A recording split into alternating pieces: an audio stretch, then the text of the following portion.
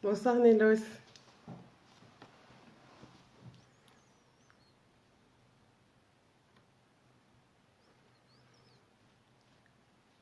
J'attends un petit peu pour voir si d'autres personnes se joignent à nous pour la vidéo de ce soir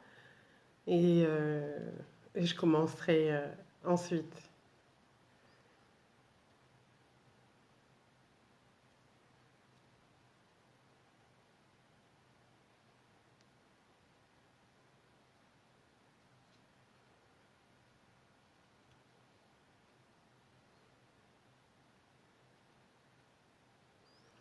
Merci pour le commentaire Nélos. Bonsoir Mario Chipala.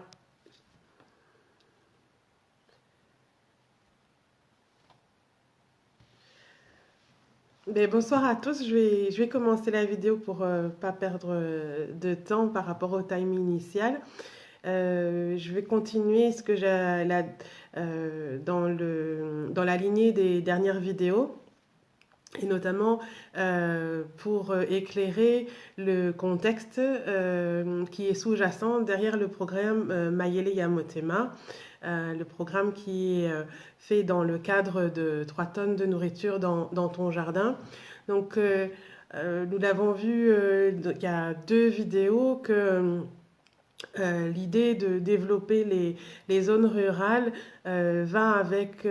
l'attente d'obtenir des investissements, notamment des investissements étrangers. Et comme nous l'avons vu, le fait qu'il y ait un faible pouvoir d'achat dans les zones rurales et dans la République démocratique du Congo en général fait que c'est difficile aujourd'hui d'imaginer qu'on puisse avoir des investisseurs qui soient intéressés et qui mettent de l'argent dans les activités, notamment industrielles des territoires, pour ensuite développer ce territoire. En deuxième phase, nous avions vu que bon, si on ne peut pas avoir des investisseurs, on peut imaginer limiter les investissements nécessaires. Et une des idées, c'était de considérer que dans l'investissement initial pour toute activité, il y a plusieurs budgets et qu'il y a des budgets fonciers, des budgets en ressources, de ressources humaines, hein, des travailleurs, et des budgets en termes de matières premières qui peuvent être diminués du fait que les territoires eux-mêmes peuvent mettre à disposition leurs ressources dans le cadre de contrats, et des contrats on va dire d'un nouveau genre, dans le sens des contrats qui utilisent notamment les outils numériques, les enregistrements, les signatures numériques, et qui peuvent permettre qu'au lieu de mettre 100 pour développer une activité, on puisse mettre que 50 ou 30, sachant que l'argent restant sera dédié à l'équipement et à la formation pour pouvoir réaliser l'activité. Donc c'était déjà une première étape de dire s'il n'y a pas beaucoup d'investisseurs qui peuvent venir, au moins que les investissements soit le plus restreint possible et qu'on aille à l'essentiel et qu'on permette aux territoires de pouvoir eux-mêmes participer dans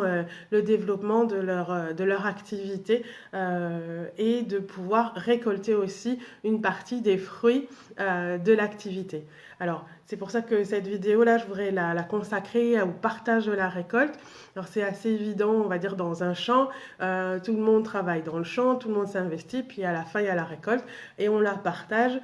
entre les différentes personnes qui ont participé au champ. Alors, c'est la même idée quand on est dans un investissement, quel qu'il soit, c'est qu'au moment où on récolte les fruits de l'activité, on est tous autour de la table et chacun reprend, entre guillemets, ses billes. La seule chose, c'est que dans le partage de la récolte, il faut que ce partage-là, pour que ça se passe correctement, qu'on ait décidé des règles de partage bien avant de récolter. Et c'est pour ça que dans l'investissement, il y a les termes du retour sur investissement dans lequel on va donner les exigences pour dire je veux bien investir, je veux bien avancer l'argent, mais par contre, au retour, moi je voudrais ça quand on aura récolté. Et donc, ces exigences-là, elles sont de 2 ordres. Le premier ordre, c'est le terme, c'est de dire au bout de combien de temps je veux avoir un retour sur la récolte. Alors pour un champ, c'est facile, mais pour une activité industrielle, ça peut être 5 ans, ça peut être 10 ans, ça peut être 20 ans, avant qu'on puisse vraiment récolter des bénéfices. Et donc l'investisseur doit attendre, et pendant ce temps-là, eh ben, il prend le risque de ne pas avoir de retour. Et donc, je voudrais rajouter que faire bien la distinction entre un prêt, on va dire si on a un crédit, ou si on a un investisseur. L'investisseur, il prend le risque qu'il n'y ait pas de récolte. S'il n'y a pas de récolte, ben, il aura rien. Alors que quand on fait un crédit, ben, il y a un engagement de remboursement. Et donc, même s'il n'y a pas de récolte, celui qui s'est engagé à rembourser va rembourser. Donc, c'est l'intérêt de l'investisseur, c'est qu'il part à l'aventure avec ceux qui font l'activité, et que s'il n'y a pas de récolte, ben, il aura rien. Donc maintenant, en admettant qu'il y ait quelque chose, il faut voir quand est-ce que l'investisseur, disons jusqu'à quand l'investisseur est prêt à attendre pour avoir son retour sur investissement. Alors de manière globale, on va dire sur la planète, le terme des investissements se raccourcit, puisque on peut dire que aujourd'hui un investisseur, il peut attendre 5 ans, mais il préférera attendre 3 ans, ou au moins avoir dès la deuxième année quelque chose en retour, un premier retour pour pouvoir être rassuré. Et donc de manière globale, les investisseurs restreignent leurs risques, et donc le terme d'investissement. Alors dans le contexte de la République démocratique du Congo, donc on avait vu que pour avoir des investisseurs étrangers, sans imaginer qu'ils puissent avoir un retour sur investissement parce qu'il n'y a pas de pouvoir d'achat, c'était pas possible. Il y a des investisseurs, on va dire, plus locaux, plus proches des activités on va dire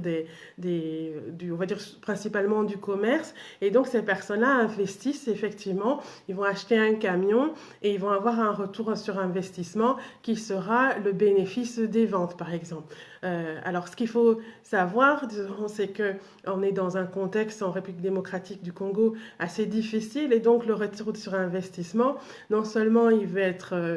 être tôt, mais en plus il va être important. Si j'achète des produits pas chers et je les revends très cher, je peux imaginer qu'en investissant dans un camion, au bout d'1 mois, où j'aurai rentabilisé mon camion, et au bout de 2 mois, je pourrai avoir un retour qui soit tellement important que ça vaut la peine d'avoir engagé l'achat du camion. Et donc, ces types d'investissements, ils existent, mais on voit bien que ce n'est pas des investissements de développement, c'est de la spéculation, on veut dire, qui aide la population, puisque ça permet de payer le transport pour apporter la nourriture dans les villes. Mais par contre, l'inconvénient, c'est que ça se joue à très peu de termes, et ça se joue sur des activités sur lesquelles il y a très peu de risques. Donc ça va être le commerce, effectivement, ça commence aussi à être l'agriculture. En République démocratique du Congo, on peut imaginer qu'au bout de 3 mois, on peut commencer à récolter, et donc on peut commencer à avoir les fruits de son investissement. Mais ça reste quelque chose d'assez restreint, et donc dans le cadre de développement des zones rurales, on a besoin d'avoir des investissements qui sont à plus long terme. Et les investisseurs qui sont capables de dire moi je veux bien attendre 10 ans d'avoir un retour, il y en a très peu. Donc c'est pour ça que dans le cadre de Mayele Yamotema, l'idée c'est d'aller vers des investisseurs qu'on va dire qui sont dans le cadre de la famille, parce que c'est dans le cadre de la famille en général qu'on a le moins d'attente. Quand ça concerne la famille, on peut se dire dans 10 ans, dans 20 ans, j'investis pour mes enfants, pour mes petits-enfants, j'investis parce que c'est dans un cadre de quelque chose qui me concerne déjà. Et donc l'idée c'est de dire on a des investisseurs qui sont dans ce cadre-là, et qui eux peuvent mettre, alors pas forcément beaucoup d'argent parce qu'ils ne sont pas forcément fortunés, mais qui peuvent investir dans les zones rurales au titre de la famille. Alors, ce que je voudrais rajouter, c'est que c'est pas parce que c'est au titre de la famille qu'il n'y a pas forcément de retour sur investissement. Alors, c'est sûr que, on va dire, dans les traditions africaines, il y a des notions de partage, et notamment de partage au sein de familles qui sont très fortes et qui font que c'est pas forcément évident, on va dire, d'imaginer des retours et d'investissements contractés entre des gens de la même famille. Alors, c'est une vision qu'on a aujourd'hui qui fait que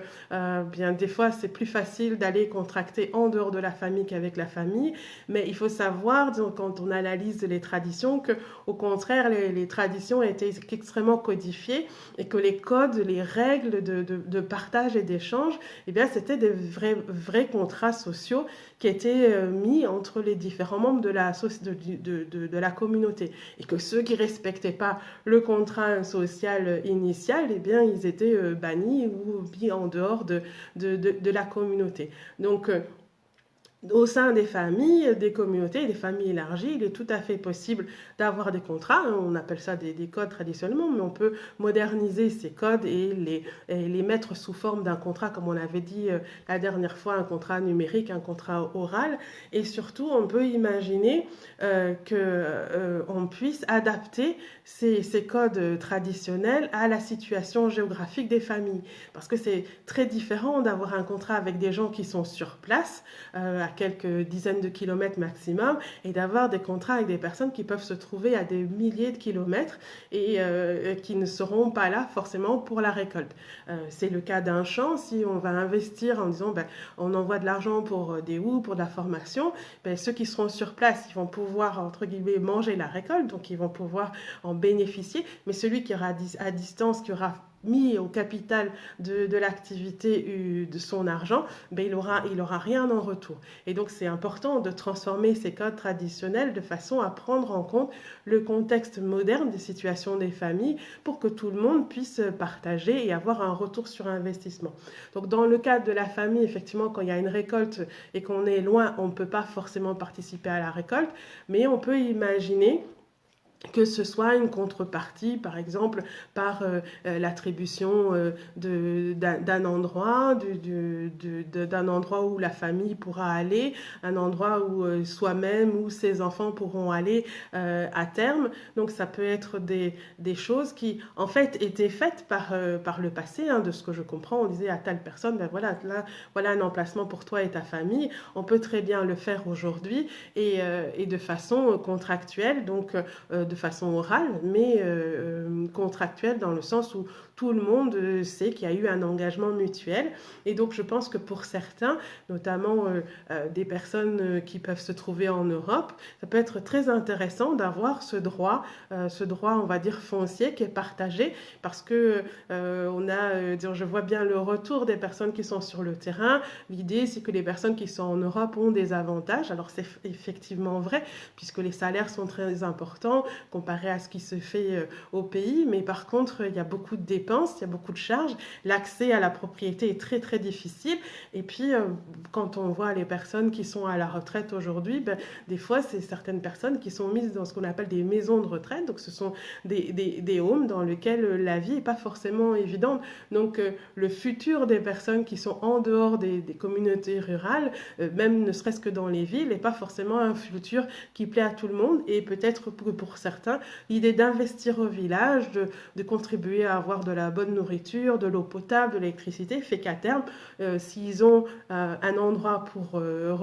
leurs vieux jours, ça peut être quelque chose qui peut être un retour sur investissement qui a de la valeur. Alors ça n'intéresse pas tout le monde, donc on ne doit pas mettre tout le monde dans cette case-là, mais je pense que ça peut intéresser déjà une bonne partie. Et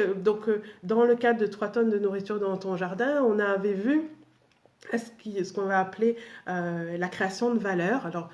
je pourrais en reparler en détail, mais la création de valeur, c'est quelque chose où je pense que les zones rurales ont été vraiment éloignées, dont les zones rurales ont été éloignées, même si elles sont très concernées. Je donnerai juste un exemple pour tout ce qui est pharmaceutique. Aujourd'hui, les grands groupes pharmaceutiques sont allés faire, entre guillemets, leurs courses dans les villages africains, d'Amérique du Sud ou autres, pour aller chercher chercher par exemple des plantes. Et ils ont utilisé les connaissances des villages et des ruraux pour se les approprier de façon gratuite et les utiliser pour eux avoir des revenus. Donc les richesses dans les villages, elles existent depuis toujours, et donc ça peut être pour les connaissances scientifiques, mais ça peut être aussi pour la culture et tout un tas d'autres choses qui sont pris comme ça avec faible rétribution au village et qui pourraient faire l'objet, là encore, de contrats plus intéressants dans lesquels les villages puissent dégager eux-mêmes des revenus, alors qui ne sont pas forcément des revenus conséquents, parce que l'idée, c'est pas forcément l'enrichissement, et puis ça pourrait mener à de la prédation ou d'autres problèmes, mais c'est simplement de voir un retour des devises qui peuvent permettre au village à terme de s'équiper eux-mêmes, et puis aussi à terme de pouvoir rembourser, faire un retour sur investissement à leur famille qui aurait investi. Alors ça ne donnera pas forcément des grandes sommes, mais je peux imaginer que des familles qui ont investi pendant 10 ans peuvent apprécier le fait que les années suivantes, elles puissent avoir par exemple des montants qui leur permettent de payer les billets d'avion et le transport pour venir en vacances dans leur village. Donc c'est tout un tas de schémas auxquels il faut bien sûr réfléchir, mais ce sont des perspectives à long terme qui, à mon sens, peuvent être faites dans le cadre familial et dans une famille élargie, donc les familles africaines qui concernent des centaines de personnes dans des communautés de villages et qui ont un sens et qui peuvent permettre d'avoir des moyens financiers. Alors effectivement, une personne qui investit pour sa famille, ça fait pas grand-chose, mais ces grandes familles-là, si on a des dizaines, des centaines de personnes qui investissent mensuellement dans un programme tel que celui que nous, par exemple, à Mayele Yamotema, on envisage, on peut imaginer qu'à terme, que ce soit véritablement des outils d'investissement qui puissent améliorer la vie des personnes dans les villages et améliorer considérablement. Parce qu'aujourd'hui, on voit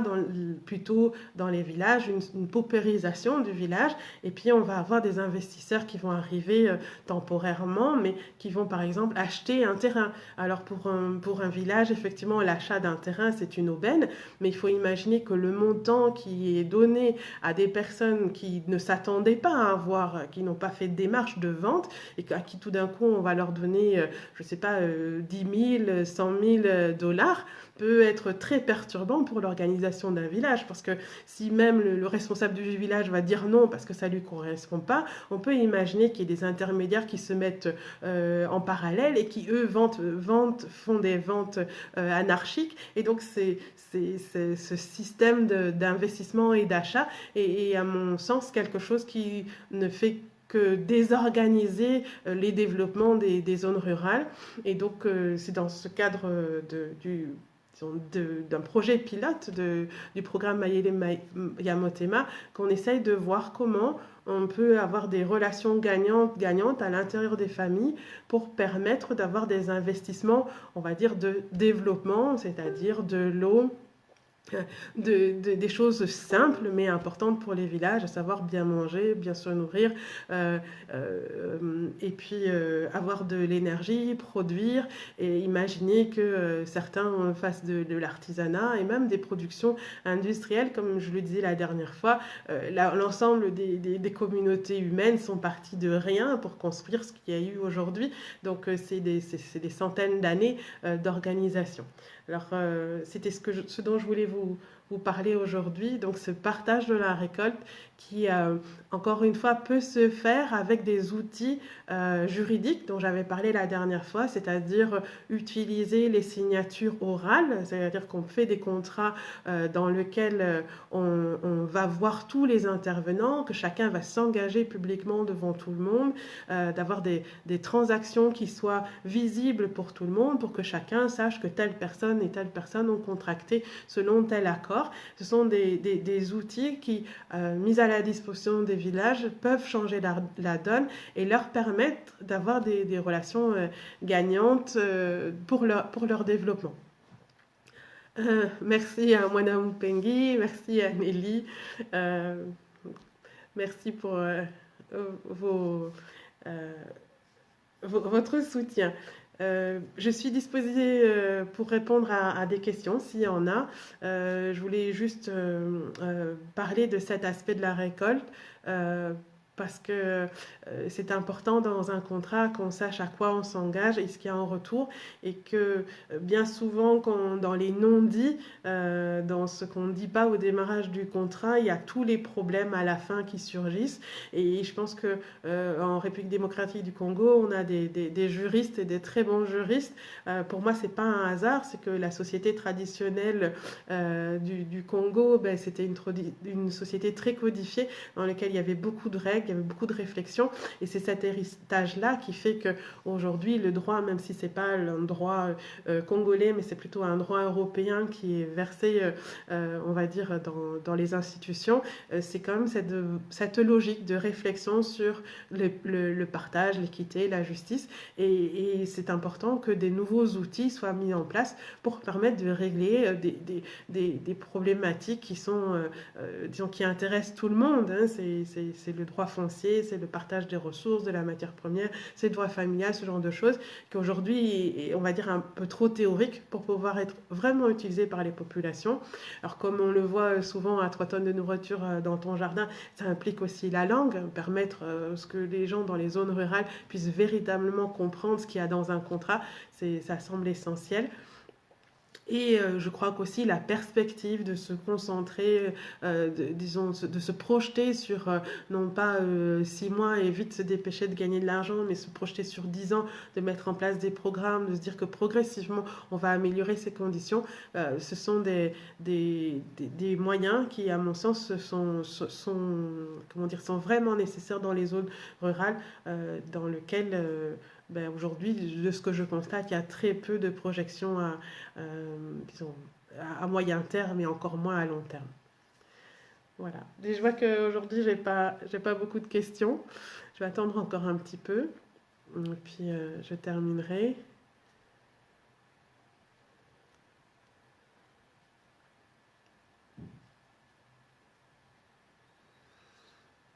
Et s'il y a des questions, j'y répondrai après dans la vidéo. En tout cas, je remercie ceux qui étaient présents là ce soir. Et puis, j'en profite pour souhaiter à tout le monde ben, une bonne dernière fête de fin d'année. Je sais que pour beaucoup, c'est un contexte assez difficile. Mais justement, l'idée de cette vidéo, c'est d'ouvrir les possibles, d'ouvrir les perspectives et d'essayer de réfléchir à d'autres moyens, à des moyens originaux et innovants pour bah, sortir des ornières et des sentiers battus et créer quelque chose de plus positif. En tout cas, merci à tous pour votre écoute et ben, à très bientôt pour une prochaine vidéo.